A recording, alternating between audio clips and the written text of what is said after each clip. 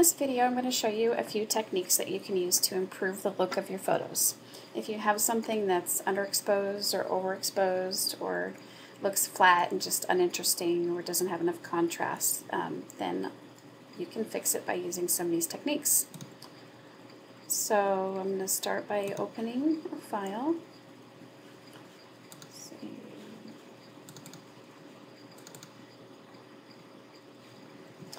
Now the first thing I'm going to show you how to do is to clone an object. And you can use the clone tool to either add objects or take them away. So first what you want to do is change this into a layer by double clicking it. Okay, now zoom in by either moving the slider or holding your Alt key down and using the scroll wheel on your mouse. Now what I want to do is take this mustard off of my son's shirt. So what I would do is click the clone tool and hold down the Alt key and click next to it, and then you would erase it by going over it like this. Click next to this and erase it, and it'll make it look just like this shirt over here. Now, one thing that I found by using this recording software is that for some reason I can't use the clone tool while Camtasia is recording. So if you just take my word for it, clicking next to this and then going like this makes it look exactly what's in those little crosshairs. So that's how you use the clone tool. Now the next thing I'm going to do is adjust highlights and shadows. So to do that, we're going to go up to Image, Adjustments, Shadows and Highlights. Now when this window comes up, it'll have some default settings, and generally those aren't right. So what you can do is, and show more options. By default it's like this, but if you click show more options, that'll pop down and you have a lot more to work with. So in the shadows, you can lighten the shadows and adjust the tonal width. And you want to not overdo it on the shadows. And a way that you can make it look a little more natural is by bumping up the radius a bit.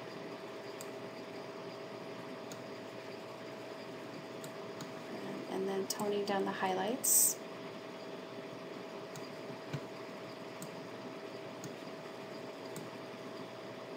So what you can do is just mess around with these and figure out what you think looks best. And so there's mid-tone contrast. Moving it down takes away the contrast. Moving it up adds more contrast. That looks a little more natural. Okay. And of course you can save as defaults if that's what you want to do. And click OK. And there we've adjusted the highlights and shadows. So we have more detail in the dark areas and the lighter areas aren't quite so bright. Now the next thing I'm going to do is contrast. So to adjust contrast, you go Image, Adjustments, Brightness, Contrast. So brightness, I like to brighten it up a little bit because I plan on adding some vignetting around the edge. Give it a little more contrast, not too much, and click OK. Okay, so now that we've done contrast, I'm going to show you how to sharpen the image. Now when we do pictures of people, generally you don't want to sharpen the whole thing, but maybe just want to sharpen their eyes or their mouth. So I'm going to show you how to do the eyes. I'm going to hold down Alt and use my scroll wheel to zoom in. And what I'm going to do is use lasso tool. Go around the eye. And then hold down the Shift key. If you hold down Shift while you draw around the other eye, then it will allow you to select both eyes. Okay, now to sharpen, we're going to go up to Filter, Sharpen, and Unsharp Mask. Now I usually put the threshold at about 3 and the radius at 3. Now the radius kind of depends on the resolution of your photo. If it's a really low resolution, you're going to want to move it down to about 1.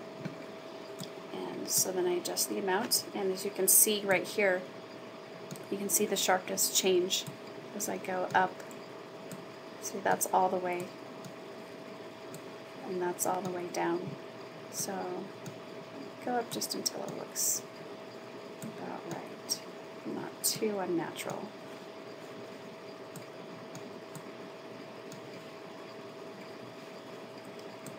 About 50. Okay. And now that you're done, you can hold down Control and D, and that's to deselect the eyes. Now we're going to do a selective focus. So I'm going to scroll back out. The selective focus is a pretty handy tool to use for when you want to keep one area in focus and blur the background. It makes a shallower depth of field.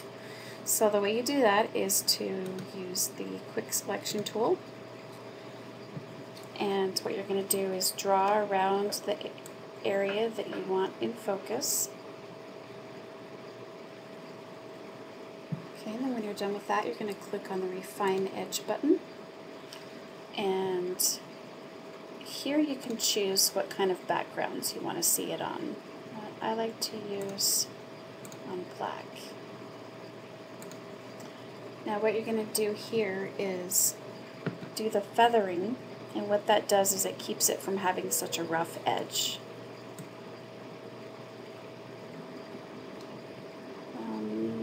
I like it to be about 75. And then you can smooth the edges as well. I'm going to do about 35. When you're done with that, you click OK. Okay, and then what you're going to do is save it as an alpha channel. So click on the Channels tab, and then click on this little box with the white circle inside. It's saving the selection as a channel. So it says Alpha 1.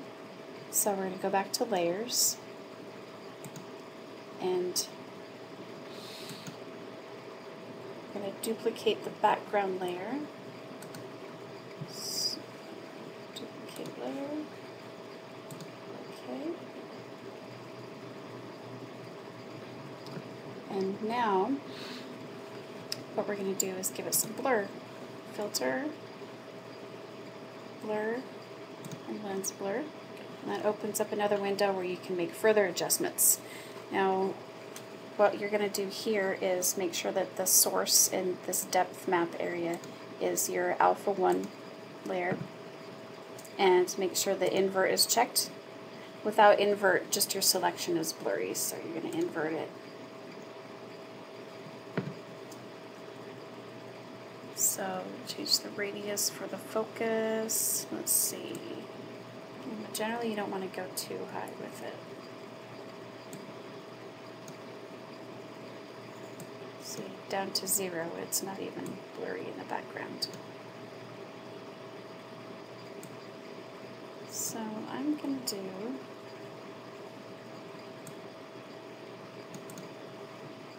$10. Okay, and then you click OK. Okay, now that you're done, you can push Control D to deselect that part of his face. Right click over here to flatten image. And that part is done. That's how you do selective focus. Now what we're going to do is some vignetting. So we're going to do a layer, new layer, and OK. And use the elliptical marquee tool, which is this one right here. With the elliptical marquee tool, you need to draw an ellipsis, like a little oval, and position it. Okay, now click in the corner, you select inverse. Okay, and then click in the corner again and do a fill. And this is where you're going to add the dark color. So color, choose black. Black is also 6 zeros, as you can see here. Click OK, and OK, and it turns it black. And what you can do is, while you're on this way, you have this layer highlighted, you can adjust the opacity so you can make it lighter or darker.